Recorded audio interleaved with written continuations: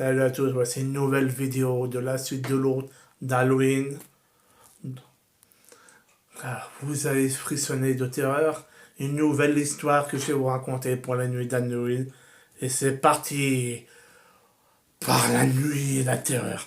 C'est parti.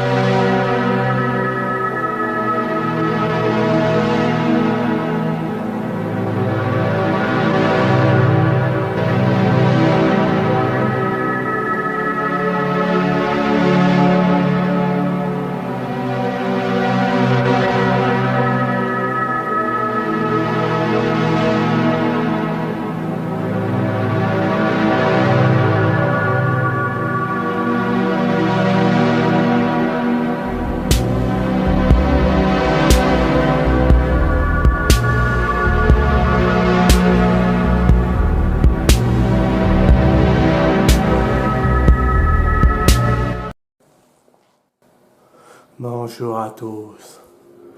Je fais une mini-série que je vais vous conter entre la nuit et l'enfer. Voici les contes des damnés. Épisode 1. Ça s'appelle Voyage vers nulle part. Une pauvre femme qui veut aller au Canada, mais avec son sac à dos, elle a fait une pause à la frontière, elle se dirige vers la forêt, elle a fait une pause dans un bar, elle boit un coup, elle est toute seule, sa vie était pas terrible. Quand elle était jeune, son père l'a battue. Plus tard, quand elle était adolescente, au collège et tout ça, elle s'est fait battre par des branleurs. Et maintenant, vu qu'elle est adulte, elle est partie faire un voyage et réaliser son rêve, aller au Canada à pied. Donc là, elle a l'argent sur elle, elle s'arrête dans un bar à la frontière, elle boit tranquillement. Et au lointain, dans le bar, un étrange individu, un étrange homme le regarde. Plusieurs minutes après, elle décide de partir pour poursuivre son chemin et elle va essayer de trouver un raccourci dans la forêt. D'ici là aussi, au même moment, ça veut dire l'homme étrange part vite avec sa voiture, très vite, et prend aussi le raccourci, une petite route dans ce raccourci. Il est parti trop lointain, donc la fille poursuit sur chemin. Il fait bien nuit. Depuis qu'elle a quitté le bar, il y a plusieurs 2 heures qui se sont passées. Et d'un seul coup, on entend des bruits étranges autour d'elle. Elle regarde, elle voit ce qui se passe. Et elle se fait assommer par derrière. Il y avait une personne étrange qui l'attendait là. Et qui l'a traîné son corps pour l'amener dans une étrange cabane. Dans la cabane, il y a un passage secret. Et elle a été laissée là. Plusieurs heures après, elle se réveille, elle a mal à la tête, elle regarde où elle est, elle comprend pas où elle est, et puis elle crie de terreur. Parce qu'elle voit des bouts de cadavres coupés tout autour d'elle. Elle comprend pas ce qui se passe. Elle se met à crier. Elle réussit à se calmer. Elle n'arrive pas à dormir, elle veut se trouver une solution pour s'échapper. Voilà. Plusieurs heures passent. l'individu qui l'a soumis, qui le vit au bar, vient lui apporter de la nourriture, un petit peu d'eau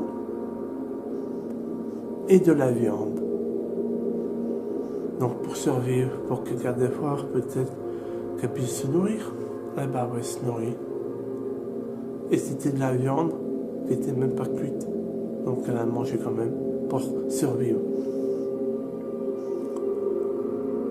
Donc elle s'est beaucoup calmée, crie beaucoup moins. Donc l'individu étrange, l'homme étrange, lui apporte le reste de la viande, bien caché dans un plat, avec une grosse serviette dessus, donc un peu de sang. Elle pose par terre, et il repart. Et elle est bien sûr aussi attachée. Les jambes sont attachées, mais elle peut se déplacer un peu quand même. Donc évidemment, elle va voir ce qu'il y a dans le plat, donc profiter de manger. Et là, la chose la plus horrible de son existence. Elle avait tellement mal quand elle va découvrir ce qu'il y a en dessous, la serviette. Elle enlève la serviette et elle écrit. Elle écrit comme elle n'a jamais crié.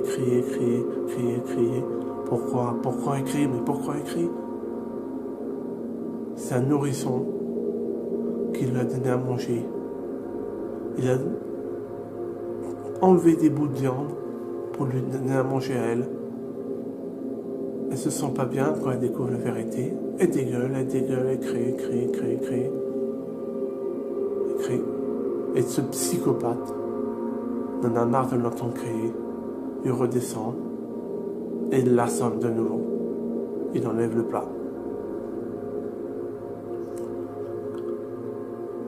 Elle a été beaucoup assommée là, elle a du sang. Et là, 2 jours se sont passés. Elle se réveille de nouveau avec un mal de crâne épouvantable. Elle se met à crier encore. Elle panique, elle veut s'échapper, elle veut trouver quelque chose pour fuir. Elle n'arrive pas à fuir. Et le psychopathe arrive et va la tuer parce qu'il en a marre. Il va lui tordre la tête avec ses 2 mains. Elle va tout faire pour se défendre, mais elle ne va pas réussir à se défendre. Et elle est morte.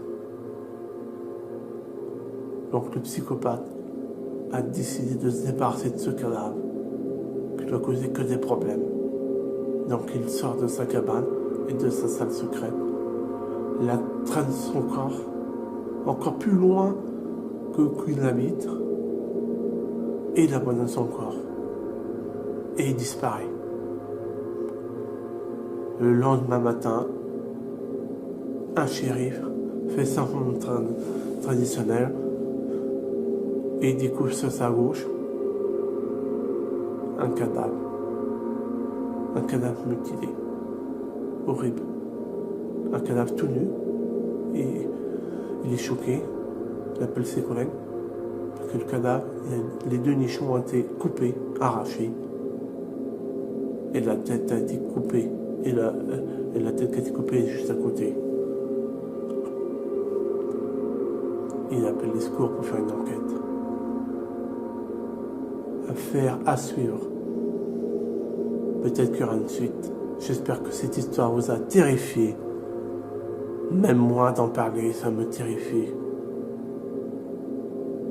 Ah, ma famille, elle est démoniaque. Pourquoi? Mon cousin éloigné, vous le connaissez déjà. C'est le gardien des contes de la crypte. Il fait partie de ma famille. J'ai réussi à former une forme humaine pour raconter ces histoires d'horreur et de terreur. J'espère que ça vous a plu. La première histoire, j'espère que vous a plu. Si vous venez une suite, il n'y a pas de problème. Mais est-ce que vous allez survivre à cette terreur, ces histoires? C'était les contes de des damnés. À bientôt en enfer.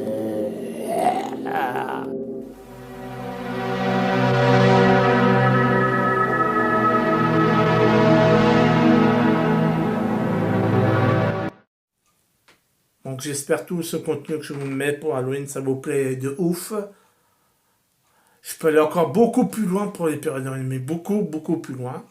Mais c'est à vous de me donner la force et vous abonner, mais ça, tout le monde s'abonne pas, comme d'habitude. Allez, bonne nuit d'Halloween.